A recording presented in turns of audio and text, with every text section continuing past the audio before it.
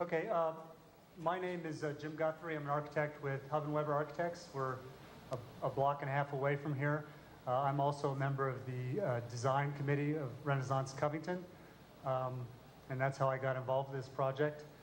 First things, I want to give a big thank you to the Carol Ann and Ralph B. Hale Jr. U.S. Bank Foundation in general, and Eric Abner in particular. Both are great friends of Covington, have been very supportive of many events we've had here, and we're really glad they make these events possible, because without their support we wouldn't be able to do this today.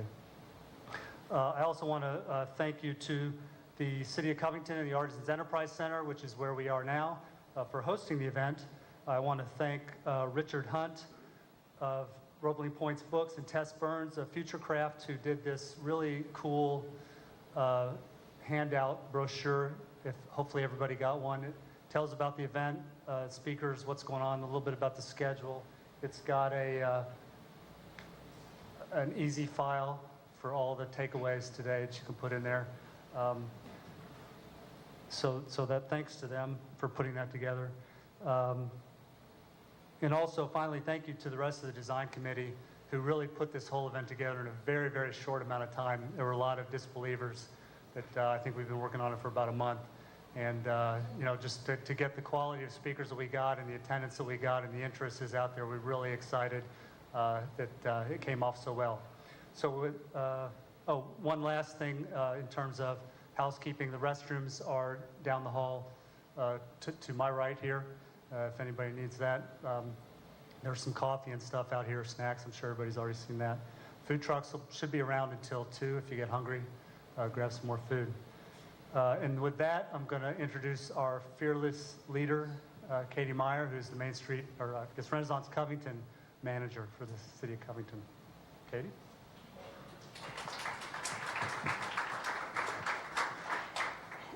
Thanks, Jim. Like Jim said, my name's Katie Meyer. I'm the Renaissance manager for the City of Covington.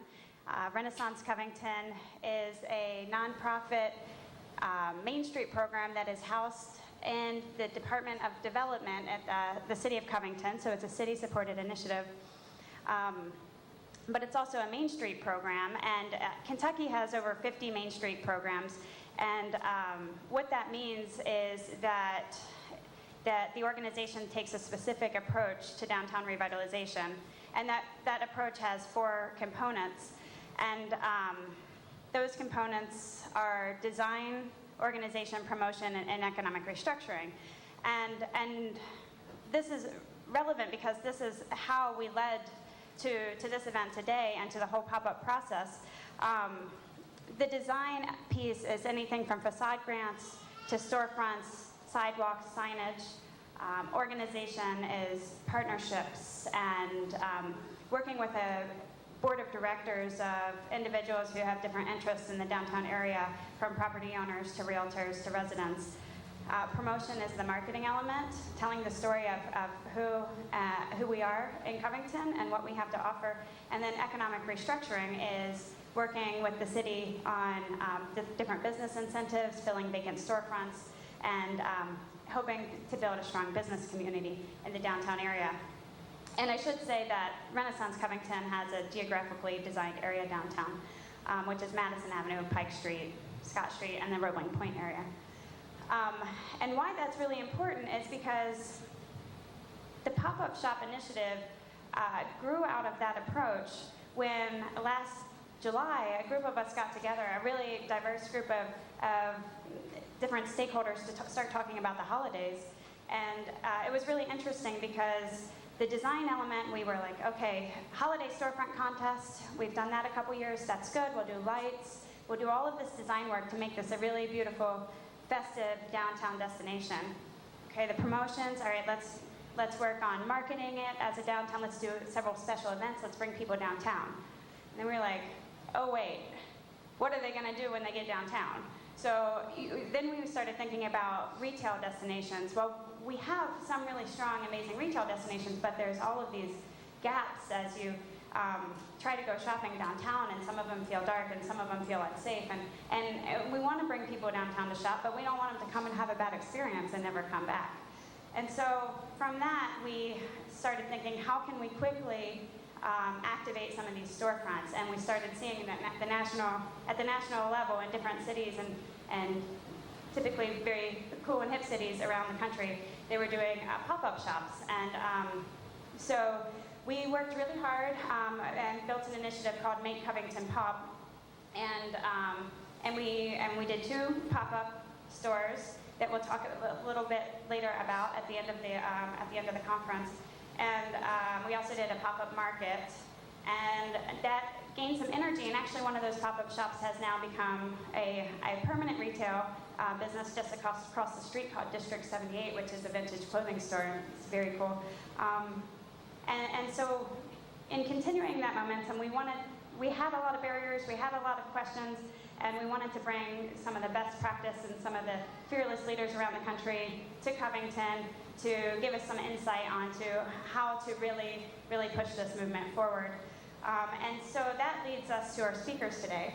Our first speaker today is Lisa Frisch, and Lisa is the Downtown Retail Development Manager at the Portland Business Alliance. And the Portland Business Alliance is very interesting because the organization is a hybrid of a regional chamber of commerce and a business improvement district. And as many of you know, we're working towards a business improvement district in downtown Covington, which would also really help build more momentum on all of the loads of momentum that are already existing in downtown Covington. And Lisa has 20 years of retail experience. She's been the downtown retail development manager for 5 years. This is the 5th year that organization has been doing pop-up shops. And last fall, she presented this strategy to the International Downtown Association Conference. And I'm very excited to have her in Covington. It's her first time to Kentucky or Ohio. And without further ado, Lisa Frisch. Thank you, everyone. So I have notes here. I'm going to try not to refer to them, but sometimes I get so excited I forget the details. So if I get lost and look at my notes, forgive me. Before I start, has everyone here seen Portlandia TV show? It's all true. All of it. I'm probably the most normal person there. Born and raised in Portland. All right. So like Katie said, I'm old-time retailer. I've been involved in retail for 20 years. It is my passion. I am a customer.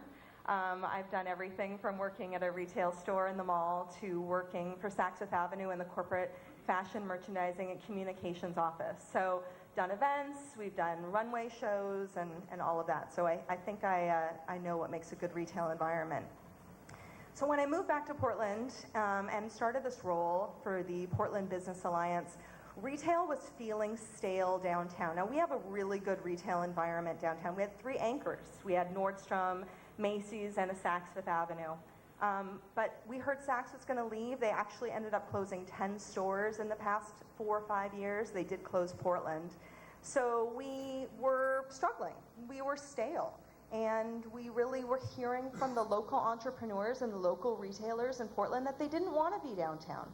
The customer wasn't there for them, that they'd rather be in the neighborhood. So we had a big challenge on our hands. So my organization, which is both the Chamber and the Business Improvement District, worked with the Mayor's Office, and we worked with the Portland Development Commission. And we gathered a group of stakeholders together to really talk about downtown and what we were going to do to ensure we kind of shored up the retail we had in light of the national recession. Make downtown a new destination where regional shoppers wanted to come. And make sure that local entrepreneurs knew that they could build a strong business in downtown Portland. So we assembled these stakeholders and we came up with a 14-point action plan. So this is just one of the points. Vacant storefront activation was one of 14 items that we needed to work on. So I want to show you the staff group really quick. So many things in Portland involve a team effort. This one was definitely a team effort. So it involved staff groups from all of the major organizations that had a stake in downtown. So there's my organization. Like I said, we're a regional chamber of commerce. We've been around since 1870. And we're also the Business Improvement District. We're actually one of the oldest business improvement districts in the country. We've been around for about 35 years. We also have the Portland Development Commission. They're the Economic Development Authority in Portland, so they are a governmental agency. We worked with the Downtown Marketing Initiative. They're actually a portion of on-street and garage parking revenues in the city are plowed back into marketing downtown as a regional destination because it raises income from parking revenues and makes the city happy. So it's kind of that self-generating fund. Also working with the Downtown Retail Advocate, and this is a great position as well. It is a retail consultant position, not a licensed broker. She actually works with all of the brokers in town to give them information about the different vacancies available, the different grants available, and she recruits both national and local retailers to take tours of downtown. We really ferry them through the process. So all hands on deck here. So I want to show you the picture to your left here, vacant storefront. This used to be a shoe pavilion discount store. This was the first on our list for vacant storefront activation. And we were going to just cover it with art. We were just going to get some scrims, some peel-off stickies, and have some local students design something. We were talking about it, and all of us were thinking how boring that was. So we started talking to people. We talked to advertising firms that wanted to cover it with ads. We talked to people that wanted to put video screens inside the windows. And we talked to people that wanted to put art on easels. I mean, you know, if I could fill vacant storefronts with art all day long. Well, we didn't want to do that. At the same time, we were getting requests from the local design community in Portland to fund fashion shows, to help get their name out there and gain exposure. And hey, listen, I love a fashion show. No one is going to buy anything at a fashion show. It's not economic development. So we talked to this group and we said, listen, what if we could give you a store? What if you could sell directly to the customer during the holidays? There's 10 of you. You could fill up a store. We'll give you a grant. We'll make it look nice. We'll give you some technical experience on how to design a store. We had a lot of great volunteers that helped us, and they were game. So you can see the picture on the left, or the right, excuse me, is the completed store. So we had a great idea. We had one group that was interested. I think then we really had to go around and sell it. I think the good part of that is people knew us downtown. They knew our organizations. They knew us personally, that group of 5 people I had on the list there. They know we had a high taste level, that we were the downtown customer, that everything we wanted to do was to benefit downtown. We talked to Nordstrom. They were excited. We talked to Macy's, and they were excited. So we got all of the retailers downtown to support this. Then we went to the property owners. You know, the property owner's business is to lease space. So they wanted to know, how is this program going to benefit them? Well, we were going to help them lease their space. And let's see, my next slide. We had lofty goals. So this is what we presented to them. We wanted to nurture local entrepreneurs. You know, we heard from those local entrepreneurs that downtown wasn't someplace they wanted to be. Well, that's wrong. We wanted to make sure that they knew we wanted them downtown. So it was a PR effort. And we wanted to recruit those independent retailers. We wanted to turn them from entrepreneurs that were maybe making things and selling them on Etsy. We wanted them to actually open storefronts. They'd get great customers downtown. They make a lot more money. We wanted to revitalize downtown. We had some dead storefronts that were vacant for a long time, boarded up, dusty, no signage in the windows. We wanted to fix that. And then we wanted to, again, showcase the retail leasing opportunities. So it's like staging a house for sale. No one wants to go in and look at an empty house. You can't imagine what it's going to work like in real life. So we wanted to stage these vacancies for a real store. Oh, so I love this picture. Happy entrepreneurs. The mayor in the middle. The mayor loved this program more than anyone else. He talked about it and tweeted about it all the time. I would see him on Saturday shopping there. Very exciting. So a nice group of entrepreneurs here. All right. So with our program came many, many rules. I like to make things nice, so we got to have rules. So we started talking to people. We started talking to designers we knew. We reached out to all of the local art schools. We reached out to the local independent publications and told them what we wanted to do. Told them we needed help. We need to meet these people. We went to events. I went to fashion shows. I went to stores. I went to people's showrooms. I talked to anybody that I could. And we met a lot of great people. And a lot of people were up for the challenge.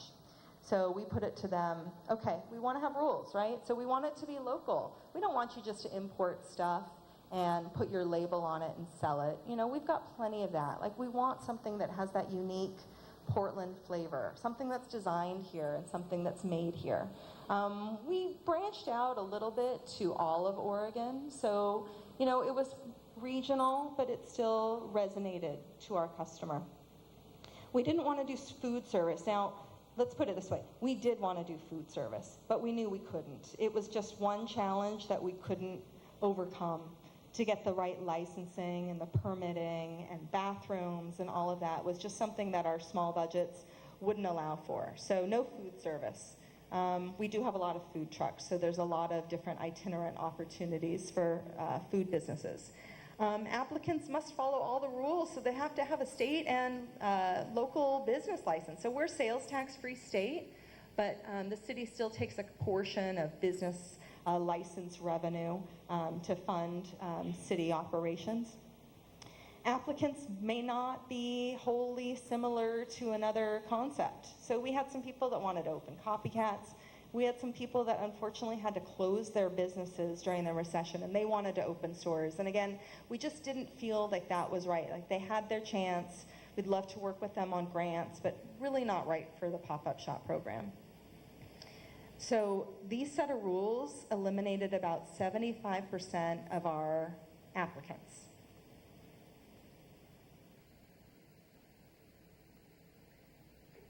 Short-term leases. So again, our program, we really wanted to benefit the property owner, but we needed them to give us a little. So we negotiated with them 2-month free rent. We had a formal lease developed by one of our lawyer partners. The lease is for $1. The tenant is required to have liability insurance. The tenant is required to pay for electrical expenses. So really all of the carrying costs that the landlord is going to have month to month are going to be covered under the pop-up shop program. It's for 8 weeks, November, December. We usually don't get into the space until last week of October, so it is very quick, and they're out by January 1st. We've tried to roll out the program at other times of the year, but we feel holiday is really the best hit, so we've just kept it as a holiday program. Again, shop operators have to have liability insurance.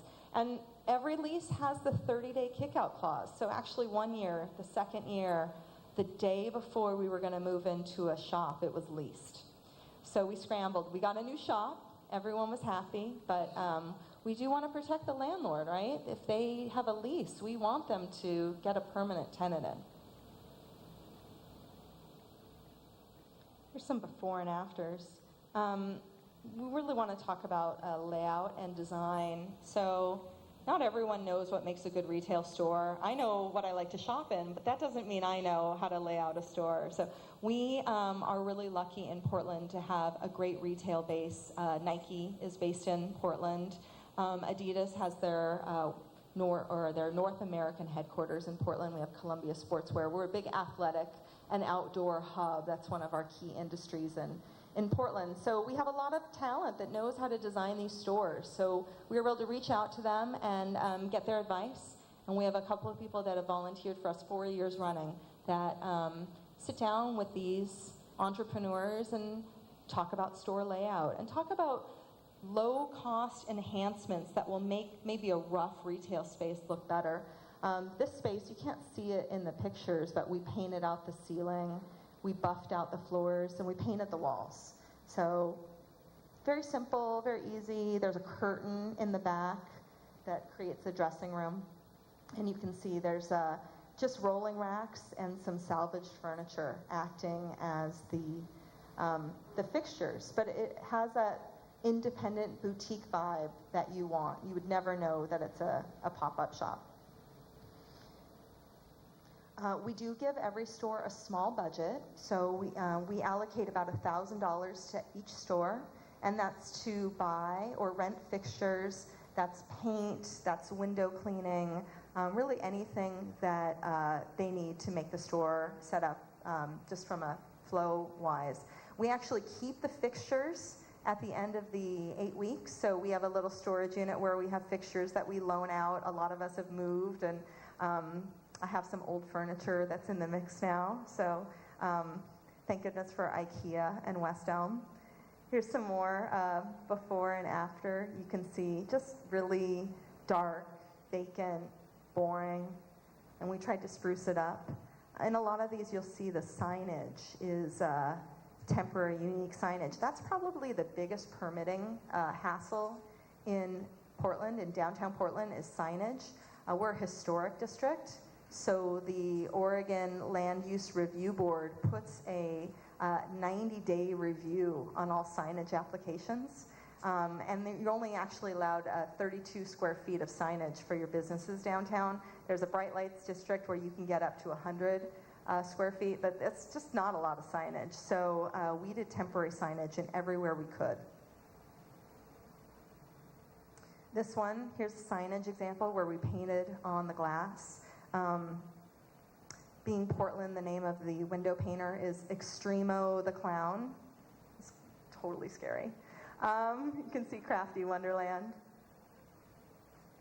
And this one is Flurry, Banana Republic downsized, 6,000 square feet, and left a really beautiful half of a store for us to work with. This one, those are Christmas cookies hanging as decoration. Look really cool, little plywood tables.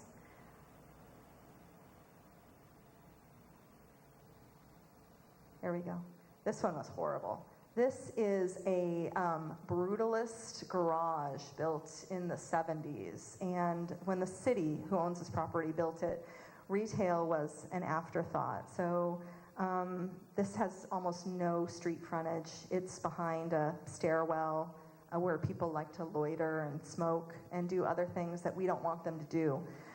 So we wanted the lights on and something vibrant and active there. We had an art gallery there that actually sold art-based gifts. They did really well, and it really helped to brighten up, which is a really difficult space. This is the other side of the garage. These vacancies were in the garage for 4 or 5 years. And the garage is the primary customer parking for the customers at Nordstrom.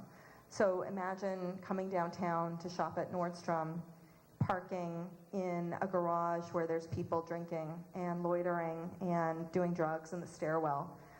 So we felt like having some retail there and some eyes on the street were really going to benefit that. We actually have 2 permanent tenants in the garage now and a whole new group of customers going there. We pushed the negative element out, so very important to us.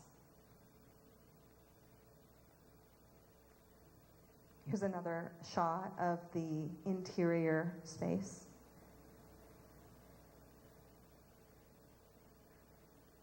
There we go. 2 more interior spaces. We had a department store that was built in 1910, one of the oldest department stores in Portland. It was renovated and became an interior mall. And then that fell into disrepair in the 90s when a new downtown mall was built. So this building had been vacant for a long, long time. It's actually the new home of City Target. It's going to be opening in 2 weeks. So very exciting. It was one of our 14-point action items was to activate this building. And Target came in with their new urban concept. It's a 60,000 square foot Target. We have a lot of residents in downtown Portland and a lot of people that live close in. Like myself, I do not own a car, and I love Target, so the only way for me to go to a Target is to hitch a ride. So now I'll be able to walk to one. So this is a great benefit for us. The landlord knew Target was going to be going in, and it was going to be a 3-year process to do the build-out, so donated us the vacant spaces to activate before the build-out started. So again, 2 interior entry retailers, which is a lot more difficult than street entry to activate. When we reached out to Portland Saturday Market, they've been around for about 40 years. On Saturdays and Sundays, they do an outdoor market of crafts. It is curated. There's an application process, and a group of them wanted to open a retail store. We made that happen for them. We're still working with them. We want them to be a full-time store downtown. It's been a 2-year process, but we will get there.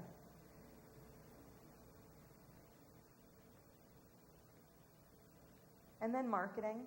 Marketing was another piece of that 14-point action plan. We had a great marketing campaign, but it was holiday only. And we wanted customers to come downtown year-round. So we developed some other programs, Dining Month. We do Fashions Night Out with Vogue magazine. But again, big push still on holiday. And we promoted the pop-up shops. It's just another reason to come downtown. It's independent businesses. They're only here for a short time. Come downtown, see all your favorite things, but come visit these new retailers as well. Stick around for a while. We got a lot of positive feedback from the press. The press went crazy for this. We do an opening event every holiday. Usually it's the mayor and Santa removing construction cones saying downtown's open for business. So we always get him to do something fun. This time we had the mayor and Santa christen our pop-up shops open. So we were on all 3 local network news and on the cover of the local daily paper. So amazing, amazing feedback from that. Here's a list of some of the other press we got. Again, 5th year of the program. The press are calling me now. I don't have much to tell them, so this is kind of the negative side of the story. We've been so successful, we've kind of gotten ourselves out of a job. So this will be our 5th year. Our vacancy rate when we started was higher than 10. Our vacancy rate right now is about 5. We've got over 50 new retailers since we started this program, 175,000 square feet of newly leased retail, which again is super exciting. I don't have any vacancies to put potential pop-up shop operators in. We're working hard to make that happen. We used to always have one kind of in our side pocket that we could roll out and put people in, but I don't have that this year. So it's causing us a little bit of nerves because what started as that temporary activation program has become a holiday tradition. And it's something that the customers enjoy. It's something that is important to downtown. We want to continue to nurture local entrepreneurs. So we're going to have to resolve that challenge somehow. But I do want to recap for you just some of the stats. So 4 years, we had 17 shops. 3 of those were repeats from year to year because retail development sometimes takes a while. 5 stayed on after the term and turned into rent-paying tenants. Of those, 2 are still around, but we added 1 more from the first year. One of those designers in Fleury opened his own shop in April. So I count that we have 3 permanent tenants downtown from this. We've leased 10 of the spaces that we've used. So that's better than 50%. It's more like 65. Some of the spaces turned into 2 or 3 because they were large sized. But we were able to show some great leasing success. The landlords were, like you saw, were able to continue to market their spaces during the period of the pop-up shops, bring tenants by, see how the space worked. Some of the real estate brokers had events in the after hours with other brokers, and they always kept their for lease signs up, and then plans and other stats that were available for anybody that came in the store. And then sales. I always like to talk about sales. The first year, we thought we were doing so great. We did $90,000 the first year. Remember, we don't take any piece of that. That goes straight to the shop operator. The next year, we did $150. And the next year, we did $225, which still kind of knocks my socks off. $225 for 5 shops that year. Last year, we did $175. We had about half the retail square footage, so we still consider that a win on a dollars per square foot basis. And this year, who knows? So I think I covered everything. But if you have questions, we're going to loop back at the end, right? So write them down, and I'd be happy to answer them then. Thank you so much. Thank you for having me here. I hope I was informative.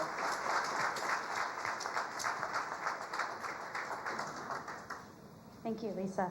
And that's right, I did forget to mention that after Griffin Van Meter is going to speak next, and then we're actually going to Skype in Michael Forsyth from Detroit, and that's going to be right around 2 o'clock, or maybe, I'm not sure what time it is, but right after Griffin, we'll take a break, so then you can get coffee or use the restroom while we get Michael up on Skype, and then we'll come back, and he's going to give a presentation, and then there'll be about 20 minutes for questions that you can ask any of the panelists or all of them.